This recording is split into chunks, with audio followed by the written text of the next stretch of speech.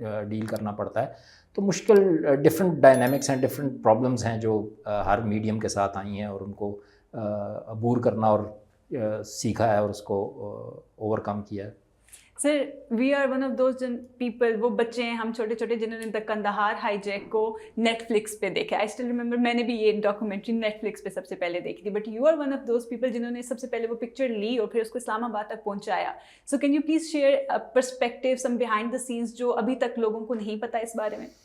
دیکھیں وہ بھی ایک one of the best reporting assignments تھی, اور کسی کی طرف سے نہیں, نہ ایڈیٹر کی طرف سے, نہ لندن سے مجھے کوئی کال آئی کہ آپ جائیں. وہ میری اپنی انسٹنکٹ ہوتی تھی, اور دس از واٹ آئی وانٹ کہ جی ینگ آپ جیسے جرنلسٹ جو ہیں they should acquire that kind of quality. کہ جو ہی پتہ چلا کہ جہاز جو ہے وہ دبئی سے ٹیک آف کیا ہے اور افغانستان کی طرف جا رہا ہے, اور پھر خبر آئی کہ کوئی شام کے 4 بجے کا وقت تھا کہ میں کوئٹہ میں ہوتا تھا اس وقت, کہ لینڈ کیا ہے, تو بغیر سوچے سمجھے اور بغیر کوئی سامان لیے بس ایک مائک اٹھایا, ایک ٹیپ ریکارڈر تھا وہ اٹھایا اور اپنا نکل گئے. اور پھر 8 دن کندہار ایئرپورٹ پر ٹائم گزارا, اور اس میں نہ کپڑے تھے, ایک ہی وہ کپڑے لے کے گئے ہوئے تھے. بعض صحافی تھے میرے ساتھ, کیمرہ مین تھے, وہ تو 8 دن انہوں نے جوتے بھی نہیں اتارے اسی حال میں, حالانکہ سردی دسمبر کے دن تھے.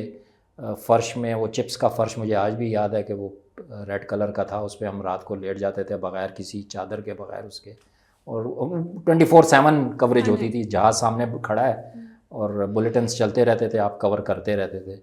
تو کافی چیزیں تھیں. آئی تھنک اس میں جو ایک کندہار ایئرپورٹ پہ جو ایک یادگار ہے وہ یہ ہے کہ افغان طالبان کے جو امیر تھے, جو پھر بعد میں مارے گئے بلوچستان میں, ملا اختر منصور, ان کے ساتھ بڑی اچھی وہاں پہ گپ شپ ہوئی. اور اس وقت ہمیں نہیں پتہ تھا کہ یہ اختر منصور ہے. وہ وہاں ایک ڈبل کیبن گاڑی میں گھومتے رہتے تھے, ہم جہاز کے آگے بیٹھے ہوتے تھے صحافی, تو وہ آ کے کبھی کبھی گپ لگا لیا کرتے تھے.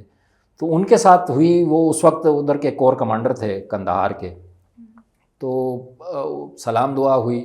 اس کے بعد پھر اپنی ہم خبروں میں پھر, اور جب یہ پتہ چلا کہ بلوچستان میں مارے گئے ہیں اور اس طرح کا تھا, تو وہ ابھی بھی ریکال ہوتا ہے کہ اس وقت وہ چیزیں میں نے اس طرح سے مائنیوٹلی ریکارڈ نہیں کی جو آدمی کو ریگریٹ ہوتا ہے کہ یار میں نے ان کے ساتھ بات کیا کی تھی, مجھے اب یاد نہیں آ رہا. میں نے اچھا کیا ایسی چیزیں تھیں جو چٹکلے تھے یا کچھ اس طرح کا, کیونکہ بڑے وہ فنی قسم کے طریقے سے آتے تھے اور جس طرح سے انٹریکشن کرتے تھے. تو وہ چیزیں ہیں جو مجھے لگتا ہے کہ اس وقت اگر میں, اور وہ آج بھی ہے کہ, اور ہم جرنلسٹوں میں بھی یہ مسئلہ ہے, میں نے گورے جرنلسٹوں میں دیکھا ہے کہ ان کا یہ ہے کہ ہر چیز ریکارڈ کرتے ہیں, اپنے پاس ڈائری رکھتے ہیں, ایک ایک چیز اپنے پاس, اور پھر اسی سے وہ بعد میں کتاب بھی لکھ لیتے ہیں. تو آج تک میں بھی وہ کتاب لکھنے کے ایک چکر میں ہوں. کوئی ڈرافٹ بنا کے رکھے بھی ہوئے ہیں کوئی 8-10 سال سے, لیکن وہ کبھی اس کو فائنلائز کرنے کا ٹائم ہی نہیں ملتا. ابھی بھی جرنلزم میں اتنا 9 to 5 میں پھنسے ہوتے ہیں کہ. تو آئی تھنک اختر منصور سے ملاقات بڑی امپورٹنٹ تھی وہاں پر. پھر ایک سسپیشس گاڑی تھی جو ایئرپورٹ کے باہر کھڑی تھی, وہ ہم نے دیکھی تھی, وہ بلکہ ان سے لفٹ بھی لی تھی. وہ ہمیں پھر کندہار شہر بھی لے گئے تھے. تو وہ آج تک نہیں پتہ چل سکا کہ کون تھے کون نہیں تھے, بٹ موسٹ پروبیبلی جو شک جاتا ہے وہ پاکستان کی طرف ہی جاتا ہے. تو وہ ایک ایونٹ تھا جو یادگار ہے, اور وہ جس سرکمسٹانسز میں ہم رہے اور کیا اس کو کور, اور وچ از آئی تھنک ریمارکیبل. نہ صرف میں بلکہ باقی جرنلسٹ بھی تھے, لوکل میڈیا کے بھی تھے, جس طرح سے جن حالات میں کیا. بڑا مشکل کام تھا, لیکن اللہ نے خیر خیریت سے پھر I think new year night پہ وہ ریلیز ہوا اور ہم گھر واپس آئے, اور 8 دن بعد ہم نہائے اور صفائی کی.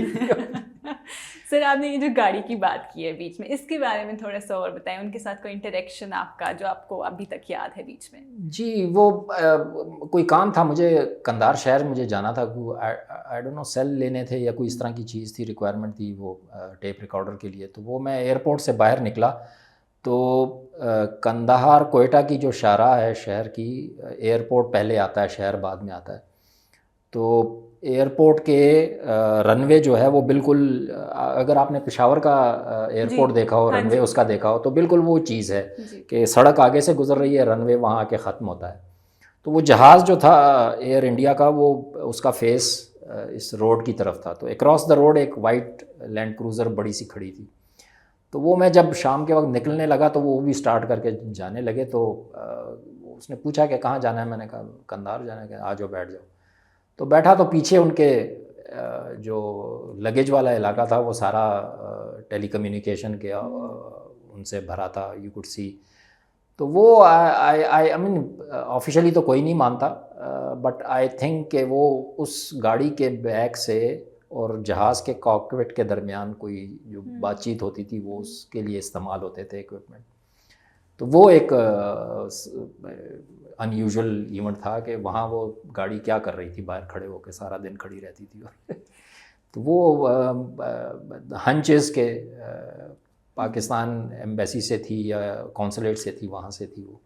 سر آپ نے پاکستان اور افغانستان میں ملیٹنسی کو بہت عرصے تک کور کیا، اسپیشلی ٹرائبل بیلٹ میں بھی، پھر آپ نے افغانستان میں بھی بہت عرصہ گزارا.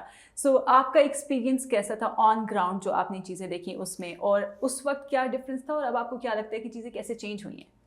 دیکھیں ابھی آنے سے پہلے بھی یہی گفتگو نیچے بھی ہم کر رہے تھے کہ ڈائنامکس بہت چینج ہو گئے ملیٹنسی کے. پہلے جو ملیٹنٹس آئے، جرنلسٹ ہم جیسے آئے، ینگ جرنلسٹ تھے، کوئی زیادہ ڈیمارکیٹڈ لائنز نہیں تھیں کہ جی آپ نے کتنا ان کو کوریج دینی ہے، کتنی نہیں کوریج دینی ہے. اس وقت یہ پالیسی تھی کہ جی میڈیا جو ہے وہ بیلنس رپورٹنگ ہونی چاہیے. اگر آپ پاکستان گورنمنٹ کا اور اداروں کا ورژن دے رہے ہیں تو ملیٹنٹس کا ورژن بھی ضروری ہونا چاہیے اس پہ، چونکہ وہ بھی پاکستانی تھے. جن سے میں ملا جو پاکستانی طالبان تھے وہ تو اکثر وزیرستان اور انہی علاقوں سے تھے، باجوڑ ٹرائبل ایریا سے ہی تھے، تو ان کا ورژن بھی ضروری ہے. تو وہ بیلنس ضروری ہوتا تھا. اب حالات بدلے، پھر واقعات بدلے. حالانکہ میں نے موسٹلی سارے جو ٹی ٹی پی لیڈرز ہیں ان کے انٹرویوز کیے ہوئے ہیں، اور آن ایئر بھی ہوئے ہیں، چلے بھی ہیں، لیکن آن دا بیسس آف میرٹ کہ جی وہ کوئی ایسی بات کر رہے ہیں جو which is not just for the sake of P R کہ جی ان کو ہم پی آر کا پلیٹ فارم دے رہے ہیں، but actually they are talking about some real issues. اس کی وجہ سے ہم نے وہ چلائے. لیکن پھر حالات بدلے، پھر نیریٹیوز بدلے، پھر پاکستانی حکومت نے بھی کہا کہ جی نو مور ٹی ٹی پی، اور طالبان کو اب کوئی ایئر ٹائم نہیں دیں گے، ورژن نہیں دیں گے. قانون بن گئے، پھر جرنلسٹ اس کی وجہ سے پکڑے بھی گئے. تو وہ پھر کمپلیٹلی چیز بند ہو گئی. تو اب اس سے یہ ہے کہ اس وقت یہ تھا کہ وہ خود بڑے پرویکٹیو تھے میڈیا کے ساتھ انٹریکشن کرنے کے لیے. اب جب یہ قانون آیا اور پھر ان کو بھی ریئلائز ہوا کہ اب تو صحافی نہیں لکھ سکتا، قانون بن گیا ہے، اب اس کے خلاف ورزی تو نہیں کر سکتا، تو اب وہ بھی صرف اس بات پہ خوش ہو جاتے ہیں، مطمئن ہو جاتے ہیں کہ چلیں جی آپ نے ان کی ذمہ داری کی، انہوں نے اس حملے کی ذمہ داری قبول کی ہے. تو اب وہ اتنا زیادہ انٹریکشن بھی نہیں ہے آپ کے ساتھ ان کا. اب وہ بند کتاب ہیں.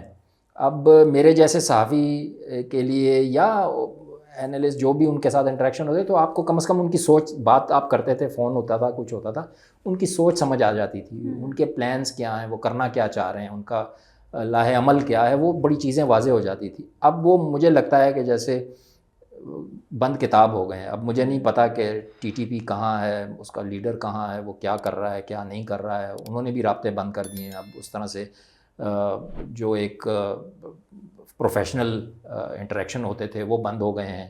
تو مجھے لگتا ہے کہ وہ ایک لاس ہوا ہے. آئی تھنک کہ جی کسی حد تک ٹھیک بھی ہے کہ آپ ٹیررسٹ کو ایئر ٹائم نہیں دے سکتے، لیکن اس کی وجہ سے جو ان کی سوچ اور وہ کیا کرنا چاہ رہے ہیں وہ چیزیں بھی اب بند ہو گئی ہیں. سر تو کیا آپ کو لگتا ہے کہ دوبارہ ایک موقع دینا چاہیے ان کو بھی آن اسکرین آنے کا، تاکہ دونوں کے درمیان ڈفرینسز ختم ہو سکیں؟ نہیں، I don't think so, unless کہ وہ جس طریقے سے پرتشدد طریقے سے اپنے ٹارگیٹس اچیو کرنا چاہتے ہیں، آئی تھنک اس پہ اگر پہلے وہ کوئی بات ہو جائے اور وہ اگر اس پہ ایگری کر جاتے ہیں اس کو ٹون ڈاؤن کرنے یا ختم کرنے، تو اس کے بعد may be people would love to listen to them as well. Because جب ہم بات کرتے تھے تو اس وقت تو وہ یہی کہا کرتے تھے، ان کا نیریٹو یہ ہوا کرتا تھا کہ ہم مطلب پاکستانی فورس ٹرائبل ہمارے علاقے میں آئی ہے، so we are defending our areas. تو ہمارا ورژن تو یہ ہے کہ ہم تو وہ دفاع کر رہے ہیں، ہم کوئی لڑ نہیں رہے ہیں کسی کے خلاف. تو اب ان کا کیا ورژن ہے؟ اب تو وہاں وہ پرماننٹ رہ رہی ہے، وہاں کی وہ ہے. تو وہ میرا نہیں خیال کہ وہ ہمیں ابھی معلوم ہے یا کیا ہے. وہ جب تک ان سے انٹریکشن یا جب کوئی ماحول بدلے گا نہیں. بٹ آئی ڈونٹ تھنک کہ موجودہ حالات میں کوئی نیئر فیوچر میں آپ پریڈکٹ کر سکتے ہیں کہ ان کے ساتھ اس طرح کا کچھ پاسبل ہوگا. سر اگر ہم تھوڑا سا ان سارے مسئلوں کے روٹ کازز میں جائیں, جیسے آپ کا چائلڈہڈ تھا, so you also mention in one of your interviews کہ آپ کے بچپن میں بھی کے پی میں بچوں کو پڑھایا جاتا تھا کہ 1+2+3 grenade is equal to how many grenades, مطلب وہ کاؤنٹنگ کے لیے بھی بچوں کو گرنیڈ کی ایگزامپل دی جاتی تھی. So what do you think یہ جو ٹیچنگ میتھڈ تھا, یہ جو کریکولم تھا اس زمانے میں, how it shaped our future generation?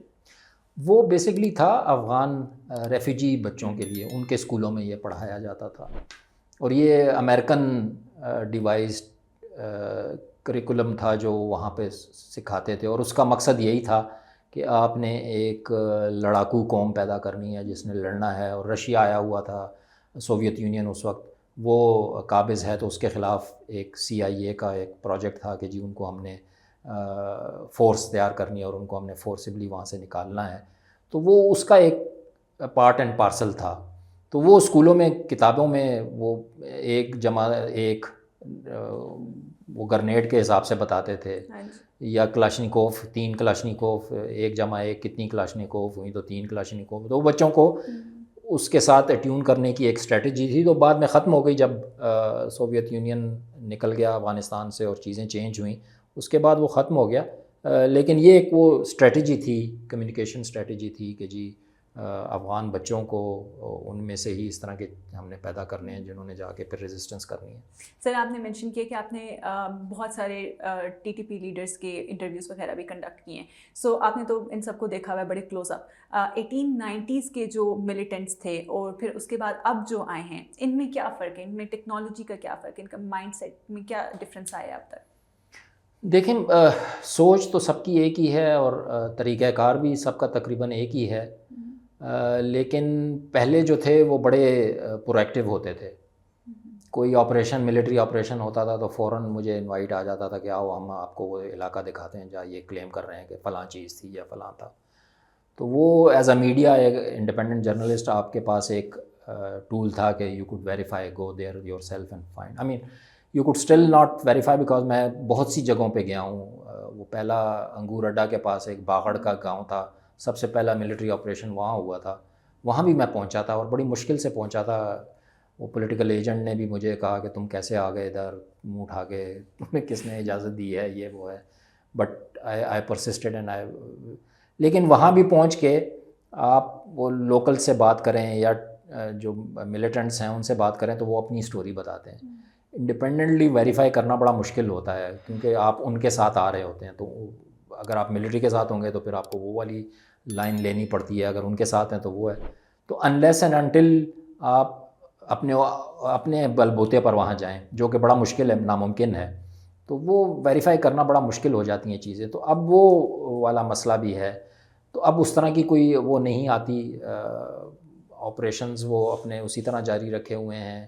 Afghanistan کے ساتھ بھی ابھی ٹینشن اس کی وجہ سے چل رہی ہے. لیکن اب میں تو پرسنلی سب سے ملا ہوا تھا تو یو کوڈ میک آؤٹ کہ یہ کس طرح کا آدمی ہے. جب بیت اللہ تھا تو وہ کس طرح کا تھا, پھر جب اس کا سکسیسر بنا حکیم اللہ تو یو کوڈ سی کہ جی وہ بہت زیادہ وہ کیا کہتے ہیں ٹرائگر ہیپی تھا, وہ بہت زیادہ ایگریسو تھا, وہ ہی وانٹیڈ ٹو پروو ہم سیلف ہز میٹل. تو اس نے جس طرح کا امریکیوں پہ CIA کے ساتھ 8 خوست میں ایک حملہ کیا تھا اور کلیم کیا تھا, اس طرح کے اٹیک کر رہے تھے. تو وہ آہستہ آہستہ زیادہ ایگریسو لیڈرشپ سامنے آ رہی تھی. ابھی because of I think Pakistani security forces نے جتنی کامیاب آپریشنز کیے, جتنا ان کو کمزور کیا, جتنا ان پہ اپنا اثر ڈالا, اس کی وجہ سے اب وہ اس طرح کی کاروائیاں نہیں کر پا رہے اور بہت محدود ہوئے ہیں. تو which is a success story but they are still exist, اور اس کو فائنل کیسے ڈیل کرنا ہے وہ ہمارے پالیسی ساز اداروں اور لیڈروں کے لیے ایک چیلنج ہوگا میرے خیال میں. سر آپ نے اتنا لمبا عرصہ کے تک کانفلکٹ کور کیا ہے اور کانفلکٹ کوریج جو ہے یہ ایک پرسنل ٹال بھی لیتا ہے آپ کا. سو 2013 میں I read one of your article جس میں یو مینشن کہ you covered a suicide bombing in Peshawar, جس میں آپ کا اپنا اسکول آپ نے دیکھا بڑا اپ کلوز. سو آپ کا ایکسپیرینس آپ بتا سکتے ہیں اس سب میں, how did you handle all of that? دیکھیں 2001-2 سے جب ملیٹنسی شروع ہوئی تو میں اس کو کور کر رہا تھا. پھر 2013 تک میں نے جو سوسائڈ بامبنگز ہوئیں جہاں ہوتی تھی, جیسے میں نے کہا رپورٹر تھا, بیگ اٹھا کے فوراً اس جگہ پہنچ جاتا تھا, تو خون بہت دیکھا, ہیومن سفرنگ بہت زیادہ دیکھی. تو وہ کہتے ہیں کہ آپ کے ذہن میں وہ تصویریں جو ہیں نا کہیں نہ کہیں پڑی رہ جاتی ہیں, وہ نکلتی نہیں ہیں. اس طرح کا فلش سسٹم نہیں ہے آپ کے دماغ میں, it keeps on piling in your head.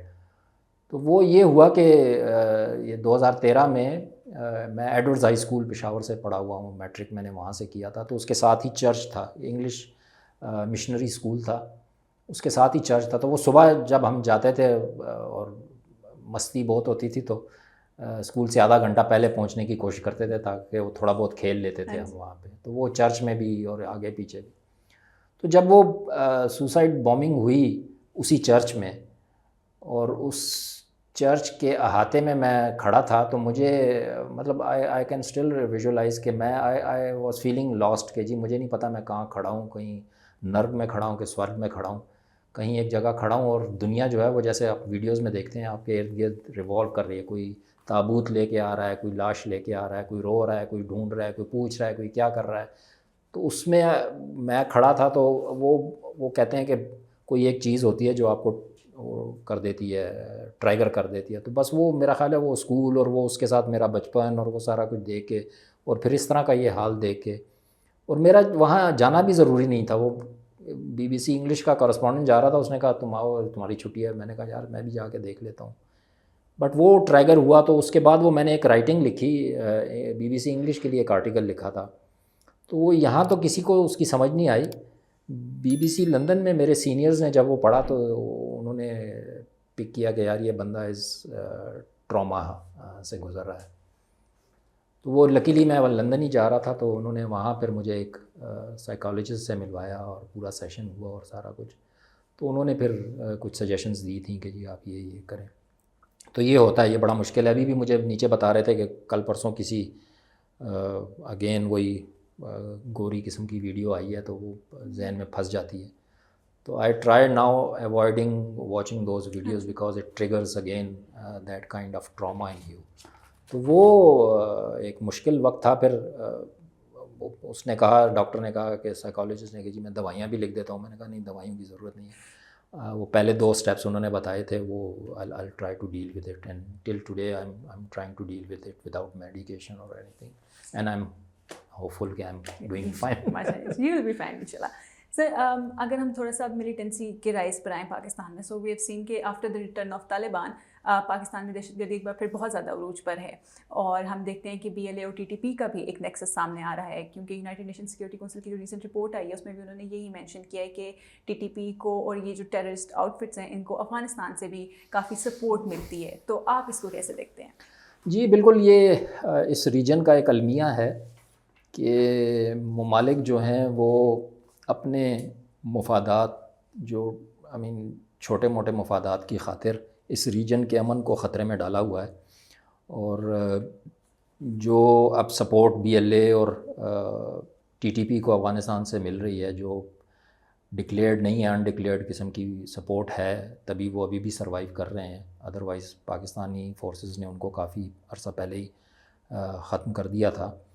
تو وہ مشکل ہے, اور اس کا حل بات چیت کے ذریعے ایک دوسرے کو سمجھانے کے ذریعے ہوگا. لیکن مشکل یہ ہے کہ افغانستان میں اس وقت جو رجیم ہے اس کو آپ اس سے کچھ کروا نہیں سکتے, ان کو آپ سمجھا نہیں سکتے.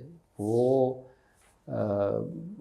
بری بات لگے گی ان کو, لیکن وہ اپنے آپ کو عقل کل سمجھتے ہیں. اور جو گورنمنٹ میں آتا ہے, جو اقتدار میں آتا ہے, طاقت میں آتا ہے, وہ ہمیشہ یہی سمجھتا ہے کہ میں ہی عقل کل ہوں, جس طرح میں چلانا چاہ رہا ہوں مجھے کوئی نہیں سمجھا سکتا.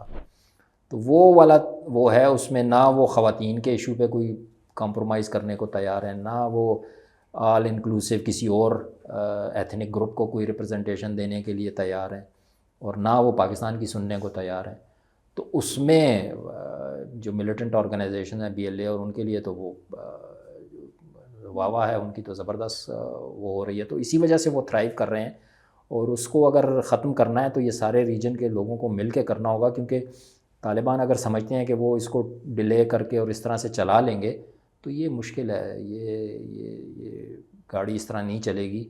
اس میں جب تک اس سارے مسئلے کو ایک ہی دفعہ اپنے افغانستان میں وہ کہہ رہے ہیں ہم نے ختم کر دیا, داعش کا خاتمہ کر دیا, فلاں کر دیا, کوئی ملیٹنٹ گروپ اب وہاں نہیں ہے, تو وہی چیز پاکستان کے لیے بھی وہ ان کو انفورس کرنی چاہیے نا. بٹ وہ نظریاتی اور جو ریلیجس ریزنز ہیں اس کی وجہ سے وہ اس کو کر رہے ہیں سپورٹ, جو کہ I think in the long run نہ افغانستان کے لیے اچھی ہے اور نہ پاکستان کے لیے اچھا ہے.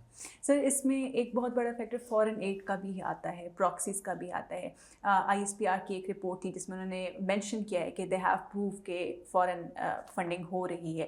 So how we will be able to curtail it? دیکھیں, I think media can play a very important role. وہاں کی پبلک جو ہے جو سپورٹ کر رہی ہے ان کو یا ان کو کنورٹ کر رہی ہے, اس طرف لا رہی ہے, وہ ریڈیکلائزیشن کس طرح سے آپ نے ختم کرنی ہے, اس پہ آپ کو کام کرنا ہوگا. اور وہ صرف اپنے ریجن میں نہیں کرنا ہوگا. ابھی میں آ رہا تھا گاڑی میں بھی ایک میں پوڈ کاسٹ سن رہا تھا, اس میں یہی تھا کہ یہ جو افغانستان میں 4 سال طالبان آئے ہیں وہ جس طرح کی اپنی نئی جنریشن کو ریڈیکلائز کر رہے ہیں اور ریلیجس سائڈ پہ ایکسٹریمزم کی طرف لے کے جا رہے ہیں, it doesn't bode well for the region. I think وہ صرف افغانستان میں تو چلو جو مسئلہ ہوگا باقی علاقوں کے لوگوں کے لیے بھی مسئلہ ہوگا. تو اس طرح کس طرح سے اس کو وہ کیا جائے, ماڈریشن کیسے لائی جائے, انلائٹمنٹ جیسے مشرف صاحب کا وہ تھا, اس فوکس تھا, وہ کس طرح سے لایا جائے. تو ان ریجنز میں ان کی لوکل سپورٹ آپ نے ختم کرنی ہے, اس پہ فوکس ہوگا. کیونکہ آئی ایم ڈیم شور کہ انڈیا ہو گیا, امریکہ ہو گیا, کوئی بھی نہیں چاہے گا کہ پاکستان آرام سے بیٹھے, ترقی کرے, سکون سے آئے. وہ پاکستان ایک نیوکلیئر پاور ہے, وہ کھٹکتا ہے سب کو, اور اس کو ان چیک رکھنے کے لیے یہ پراکسیز ہیں, اس طرح کے آلے ہیں جو انڈیا بھی استعمال کر رہا ہے, باقی لوگ بھی کر رہے ہیں. بٹ میں وہ کرتا ہوں کہ اگر خدا نہ خواستہ پاکستان میں ملیٹنٹس آ گئے تو کیا انڈیا بچ جائے گا؟ پھر اگلا ٹارگٹ تو ان کا وہی ہوگا نا. تو وہ یہ سوچتے نہیں ہیں کہ چلیں پاکستان کو اگر آپ خدا نہ خواستہ تباہ کر دیں گے تو آپ کے لیے بھی تو وہ نیکسٹ ڈور نیبر آپ کا بن جائے گا, اس کو کیسے ڈیل کریں گے آپ. تو یہ لمیٹڈ سوچیں ہیں جو اور اسٹریٹجیز ہیں جو حکومتیں اپلائی کرتی ہیں, پھر بعد میں انہی کے گلے پڑ جاتی ہیں. تو they need to learn from them and start a positive approach. وہ deradicalization is very important to curtail, کہ جی ان لوگوں کو کوئی سپورٹ ہی نہ دے سکے ان علاقوں میں.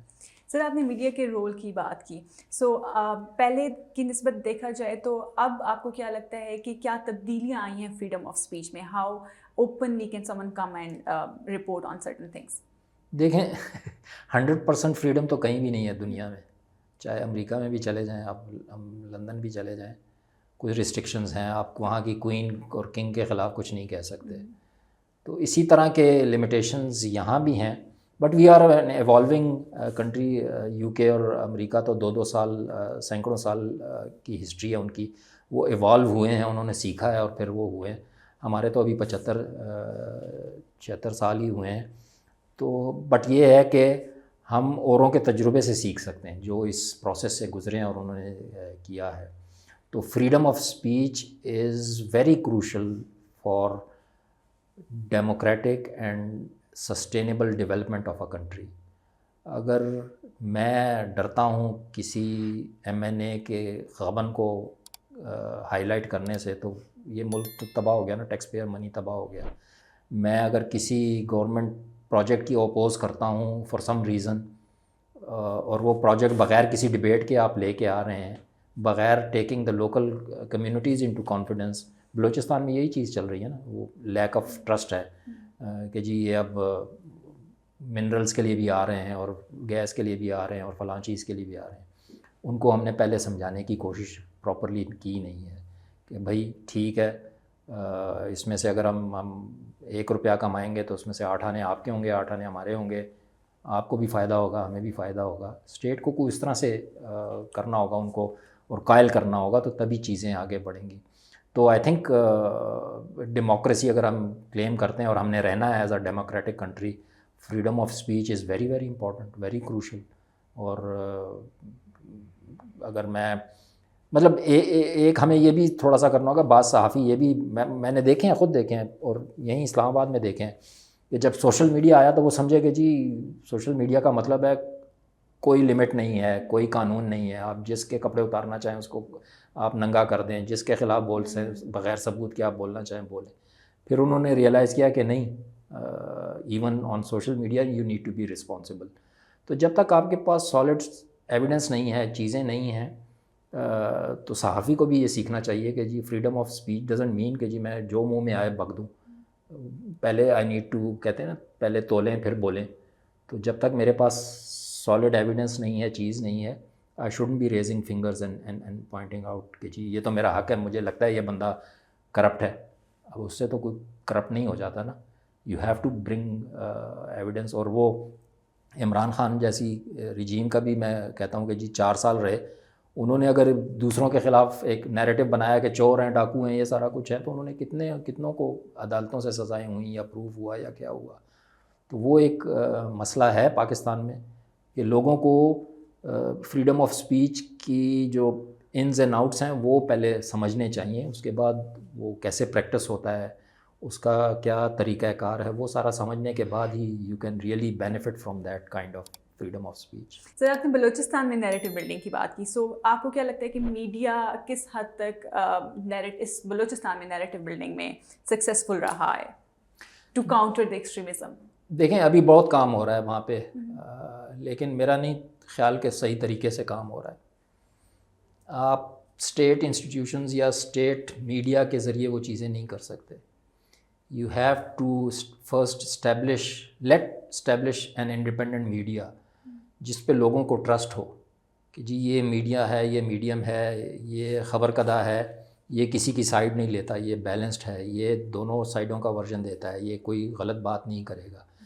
اس طرح کا جب ایک میڈیا ڈیولپ ہوگا تو وہ میڈیا اگر بلوچستان کے بارے میں کوئی بات کرے گا تو اس کو بلوچستان کا نوجوان اور بوڑھا جو ہے نا وہ آنکھیں بند کر کے اس پہ اعتبار کرے گا. تو you need to first create that kind of environment جس میں اس طرح کا میڈیا جو ہے وہ گرو کرے. تو وہی جا کے وہاں پر جو بات کرے گا, اس کے ایشوز کی بات کرے گا, وہ بات پھر زیادہ ایکسیپٹیبل ہوگی. تو میرا خیال میں وہ میڈیا پاکستان میں, اور ایک ہم لوگوں میں یہ بھی لیگ پولنگ بھی بہت ہے کہ جو چیز شروع ہوتی ہے اس پہ پہلے سے ہم لیبل لگا دیتے ہیں کہ جی یہ تو فلاں جگہ سے آیا ہوگا, اس کا پیسہ تو ادھر سے آ رہا ہے, یہ فلاں تو اس کو سپورٹ کر رہا ہے. وہ بھی چیزیں ہیں, بٹ بہت سے انڈیپینڈنٹ اچھا کام کرنے والے میڈیا ہاؤسز بھی ہیں اور میڈیا چینلز بھی ہیں. تو ان کو پنپنے دیا جانا چاہیے, ان کو بیلنس بات کرنے کا, وہ کسی بغیر خوف کے بات کرنے کا حق دیا جانا چاہیے. تو تبھی وہ ٹرسٹ ڈیولپ ہوگا, اور اس ٹرسٹ کی وجہ سے پھر بلوچستان کا یوتھ اور جو آڈینس ہے وہ آپ کیپچر کر سکیں گے, اور ان کو اپنی سوچ اور فلاسفی آپ سمجھا سکیں گے. سر گورنمنٹ ذرائع کا یہ کہنا ہے کہ اب حالات تھوڑے بہتری کی طرف جا رہے ہیں, سو آپ کا کیا خیال ہے اس بارے میں؟ کس سینس میں؟ ان جنرل سچویشن اب ہم تھوڑا سا اس پہ کاپ ملیٹنسی کو اگر ہم دیکھیں تو اس پہ کاپ اپ ہم نے کیا ہے, کافی حالات بہتر ہوئے ہیں. دیکھیں وہ ٹیمپرری چیزیں ہوتی ہیں, ٹیمپرری ریلیف آتا ہے, پھر ایک سرج آتا ہے, پھر ایک سلمپ آتا ہے. تو وہ ہم پچھلے 2001 سے دیکھ رہے ہیں. پہلے ملٹری آپریشنز کے تھرو ہوتا تھا, اب لمیٹڈ انفارمیشن بیسڈ آپریشنز کے ذریعے ہو رہا ہے. لیکن چیزیں ہیں, مسئلے ہیں تھوڑے بہت جن کو حل کرنے کی ضرورت ہے. اور جیسے کہ کہا کہ پراکسیز بھی ہیں, فارن انٹرونشنز بھی ہیں, وہ بھی ٹرولی اس کے لیے بھی ایک اسٹریٹجی چاہیے کہ اس کو کس طرح سے آپ کاؤنٹر کریں گے.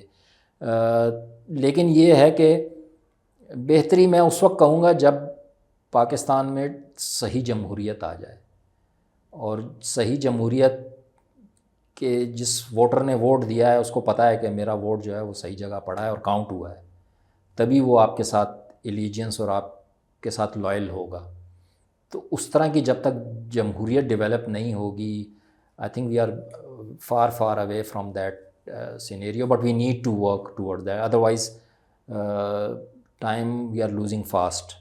تو we need to make sure کہ ہم اس جمہوریت کی طرف جائیں, آئیڈیل جمہوریت کی طرف, جس میں لوگ زیادہ انوالو ہوں, زیادہ لائل ہوں اس کی وجہ سے, اور جو سمجھتے ہوں کہ اس کی وجہ سے میرے مسائل حل ہوں گے, تو تبھی یہ سسٹم کام کر سکے گا. ادروائز مائی فیئر از کہ دنیا جو ہے نا اس وقت وہ آمریت کی طرف زیادہ جا رہی ہے. صدر ٹرمپ کو بھی دیکھ لیں آپ, وہ ایک عامر سے کم نہیں ہے, ادھر پیوٹن صاحب بھی اس سے کم نہیں ہے, چین میں بھی شی جن پنگ جو ہیں وہ بھی ایک عامر ہی ہے, ایک ون پارٹی رول ہے, وہ اس طرح سے چل رہا ہے. لیکن وہ سسٹمز زیادہ حاوی ہوتے جا رہے ہیں, ڈیموکریسی کمزور ہوتی جا رہی ہے. تو مجھے نہیں پتہ, یہ بھی ایک ڈیسائیڈ کرنے والی بات ہے کہ we should go for that kind of rule of law اور this democratic rule of law. وہ بھی اگر ابھی ڈیسائیڈ کر لیں تو زیادہ بہتر ہے کہ جی اگر ہمیں ڈیموکریٹک رہنا تو پھر وہ ڈیموکریسی کی طرف اور اس کو اسٹرینتھن کرنے کی طرف چلنا چاہیے. سر لاسٹلی ایک question of my personal interest as well. آپ نے across the border western side پہ بہت سارے لیڈرس کے انٹرویو بھی کیے ہیں. کوئی ایسی اسٹوری جو آپ کو آج تک یاد ہے اس بندے کے بارے میں, کوئی ایسا بندہ جو آپ کو کبھی نہیں بھولا آج تک؟ میں نے ایک افغان صدر کا انٹرویو کیا تھا. تو انٹرویو کے بعد, اب میں نام نہیں لوں گا ان کا, انٹرویو کے بعد وہ مجھے پکڑ کے ہاتھ سے سائٹ کے کمرے میں لے گئے اور بٹھایا اور گفتگو گپ شپ شروع کی. اور پھر انہوں نے کہا کہ جی دیکھیں, میں جب سے گورنمنٹ میں آیا ہوں مجھ پہ پاکستان کا بہت پریشر ہے کہ ڈیورنٹ لائن آپ مان لیں. تو میں نے ریزسٹ کیا, میں نے کہا نہیں, میں نے تو نہیں ماننا. تو میں نے میرے منہ سے برجستہ نکل گیا, میں نے کہا جی آپ نے غلط کیا, آپ مان لیتے وہ ایک ڈیڈ ایشو ہے, ختم ہے پاکستان, اور آپ افغانستان نے اس کو زندہ رکھا ہوا ہے, پاکستان میں تو از نو مور این ایشو, تو آپ ختم کر دیتے. تو بس اس کے بعد ان کا وہ ٹیمپرامنٹ چینج ہوا, اور اچھا ٹھیک ہے بس اٹھ کے چلے گئے. تو مجھے ہاں یو کوڈ سی کہ جی وہ کہتے ہیں نا کہ وہ طاقتور کے سامنے سچ کہو, تو وہ ان کو شاید بہت برا لگا. وہ شکر ہے کہ وہ اس طرح کا زمانہ نہیں تھا کہ مجھے کہیں لٹکوا دیتے الٹا لٹکوا دیتے. لیکن یہ ہے کہ he felt it very bad, اور وہ I could see the 360 change in his attitude or everything, na? So that was quite remarkable.